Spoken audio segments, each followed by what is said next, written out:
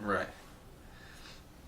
At those tapings, David Schultz debuts, has as his manager Roddy Piper, a new acquisition.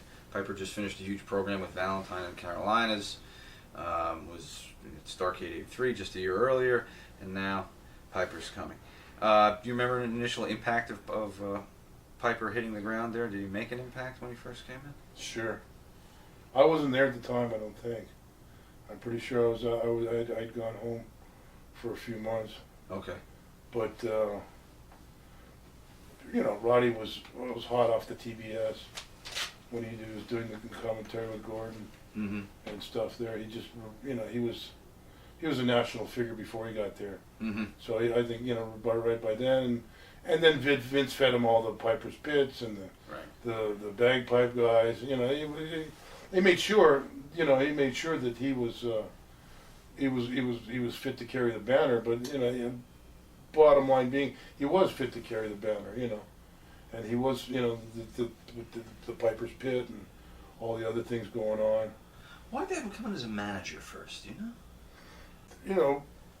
Pipe was kind of, he wasn't overly impressive physical specimen, compared to the guys, the heels that you'd had, Stan Hansen and Bruiser Brody, and one of the after Valentine was one of the first.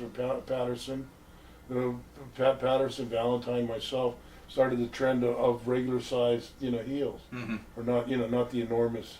Right. Not the enormous 6'6", 350-pound guys, just to go with Bruno. And you come in, stomp, 3 shots with Bruno, a couple shots here, and you're out. Good fat 6 months, but be in and out, and that'd be it. But right.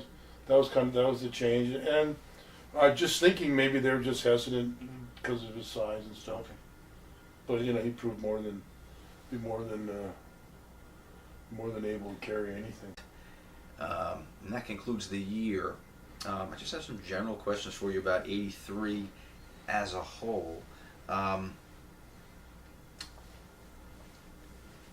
Compare and contrast today's product with 1983. I mean, it's night and day. You could spend all day here, but what's the major difference? What are we lacking now in wrestling that you had in '83? Probably the the old style wrestlers, the baloney blowouts, the guys who were riding in cars 6-8 hours a day one way to make a shot for $25, turn around and go back. That different mentality. As to now, where you come in, you're anointed a celebrity before you even have your first match. I don't, not to be derogatory on these kids at all. I watch. I don't watch wrestling, a lot, but the times I do, I said last week, before they went on a station in Hawaii, they had a highlight of the past WrestleMania. They call it the WrestleMania show. Which for some reason they put that Merriweather Giant match on there, and I thought, oh, why did they do that? But it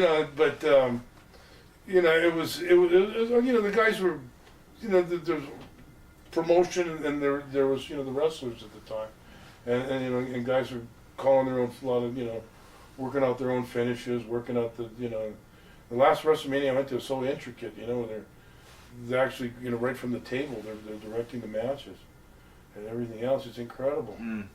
Wow. And the pyrotechnics, the Undertaker stuff. I almost shit my pants when I was standing there and all these bombs went off. I thought they were being attacked.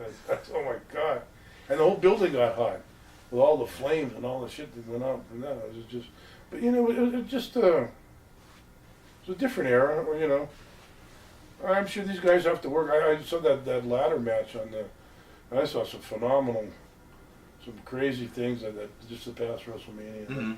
A triple suplex and some of the other stuff they were doing, diving onto those ladders and stuff, These guys are earning their money too. Yeah.